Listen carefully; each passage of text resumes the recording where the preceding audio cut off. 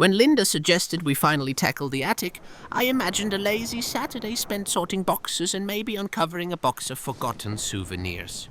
Naive optimism, as I now realize, is the true hallmark of amateur renovators. The attic had been our later project since we bought the house 12 years ago, and now that later had finally arrived. Armed with gloves, masks, and a box of heavy-duty trash bags, we climbed up the rickety folding ladder. Every step creaked an ominous warning.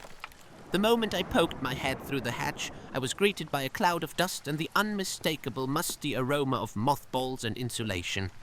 Linda, always the brave one, shoved in after me, flashlight in hand. "Look at all this space," she declared, eyeing stacks of boxes that hadn't seen daylight since the Bush administration. It should have been easy, sort, toss, sweep.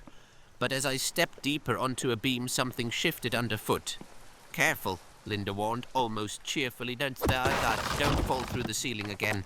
Her words weren't comforting. Last year, I'd accidentally put my foot through the guest room plaster while investigating a draft. The memory and Linda's glare kept me balanced, or so I thought. We started opening old boxes, finding everything from baby clothes to decades-old electronics. For a moment, nostalgia made it more bearable. Then I noticed the wiring above my head, cracked, ancient, and definitely not up to code. "Linda," I whispered, "did we ever replace the electrical up here?" Her silence was answer enough. As we worked, sweat mixed with dust and the air grew thick. Suddenly, Linda shrieked and threw herself backward, startled by something scurrying behind a pile of books. She insisted it was probably just a mouse, but I was less optimistic. After 5 minutes of nervous searching, we found not only the mouse family, but evidence of a bat. Linda declared a temporary truce and retreated to formulate Plan B. I sat alone, surrounded by cobwebs, realizing this was just the beginning. An easy attic cleanup was about to become our biggest home renovation adventure yet. After Linda's dramatic, bat-fueled retreat, I was left alone in the attic. My only company, the flicker of a cheap flashlight and the echo of scurrying paws. I tried to muster some optimism. After all, how bad could a few bats, mice, and maybe 1,000 pounds of dust really be? But as I swept my light across the rafters, my heart sank. The insulation was shredded, nests crammed in every crevice. Our just sort and sweep plan was officially out the window. Resigned, I climbed down to the living room to find Linda pacing, phone in hand, already on hold with pest control. "I'm not going back up there until we know what else is living above our heads," she announced decisively. "And you shouldn't either." She didn't have to tell me twice. I was itching all over, convinced something was crawling under my shirt. Days passed as we waited for the professionals. The pest control guy arrived in a truck splattered with cartoon bugs, his confidence unshaken by Linda's warnings. "Addicts always have surprises," he grinned. "I'll take a look." 20 minutes later he emerged, dustier and less cocky, with a list, droppings, chewed wires, and signs of something bigger. He recommended ceiling entry points, replacing all insulation, and, as an afterthought, a full attic cleaning crew.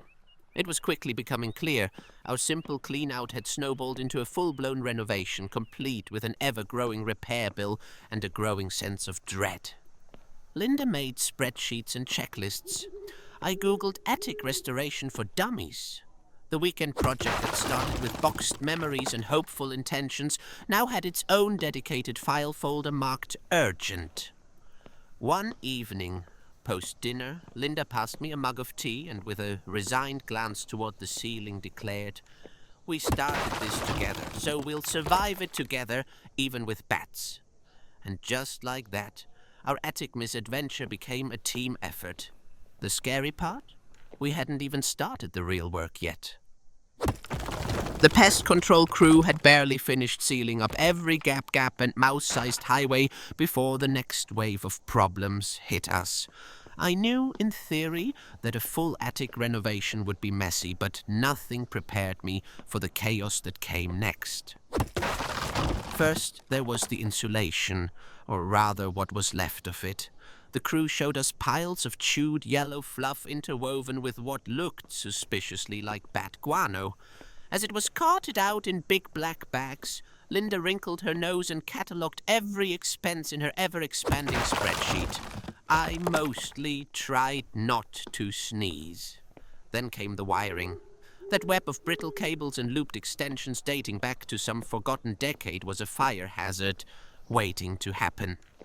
The electrician, a wiry man who grumbled endlessly about DIY disasters and spent an entire afternoon just tracing where the attic wiring ended up.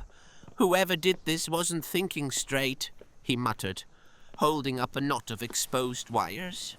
By this point, I'd begun to wonder if our house was built on a magnet for disaster. Even the floorboards joined in. The boards creaked ominously with every step. One almost snapped under my foot, and Linda kept reminding me not to pull another guest room incident. Of course, the dust found its way into every corner of our lives. Our clothes, our shoes, even our sandwiches at lunch. I caught Linda shaking out her hair in the yard, dust swirling around her like a frustrated storm cloud. Still, she insisted, we're halfway there, probably. Humor helped. We started making bets on what we'd find next. Ancient treasures, lost pets, maybe a hidden stash of cash. It never was. At night we shared sawbacks, worried glances, and more than a couple of jokes about just listing the house as rustic fixer-upper. Whatever waited beneath the next floorboard or inside the next wall, one thing was clear. We'd crossed the point of no return. And while our attic was far from finished, we were discovering that together, even disaster could be almost fun. After weeks lost to dust, debris, and detours, our attic finally began to show signs of actual progress. The electricians had rewired everything safely. No more mystery cables or sparks in the night. All evidence of bat and mouse civilization was bagged and gone, replaced by pristine fresh insulation that looked good enough to nap on. Linda almost smiled when she saw it. With the basics done, we started to dream beyond survival. Linda found a paint color called Cloud Haze and insisted it would make the attic look airy and inviting, while I fantasized about a built-in nook for reading, assuming we survived to enjoy it. Together, we began the slow job of clearing away the last of the junk. Each box was a time capsule. Old trophies, embarrassing photos, even my high school report cards that Linda read aloud for her own amusement. There were still setbacks, of course. I managed to drop a paint tray down the ladder, narrowly missing the dog. Linda dropped a box and rediscovered her childhood doll, along with a new collection of very much alive spiders. And our attempts at home improvement were interrupted by endless trips to the hardware store. We just need one more thing, until the staff started greeting us by name. But the attic transformed day by day. For the first time, I could almost see it. The clean open space, sunlight pouring in through the one tiny window, a cozy perch above the chaos of everyday life. Linda propped a framed photo of us, laughing, covered in paint and dust, on the freshly painted ledge. One stormy evening, we pulled an old mattress onto the attic floor and lay side by side, exhausted and content. Rain tapped serenely against the roof. Linda squeezed my hand and whispered, "Promise me next time, just a weekend at the lake." I grinned into the darkness. Deal. As thunder rolled overhead, we realized it wasn't just our attic that had changed. Somewhere between disasters and discoveries, we'd built something more than storage. A reminder that even when things go wrong, we were always better together. The attic, once a forgotten wilderness of dust and dread, was now the brightest room in the house, a quiet triumph we could both be proud of. Sunbeams cut through the little window, illuminating the crisp paint and orderly shelves filled not just with old memories, but with new beginnings. Linda threw a makeshift grand opening, inviting our closest friends to see the transformation and, of course, to retell every mishap for a chorus of laughter.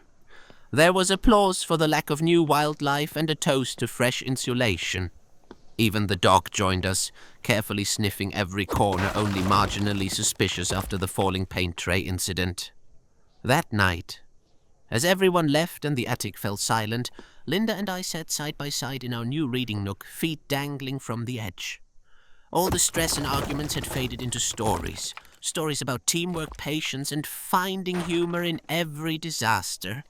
I put my arm around her, grateful for her stubborn optimism and ability to turn even a failed weekend into a memory worth keeping.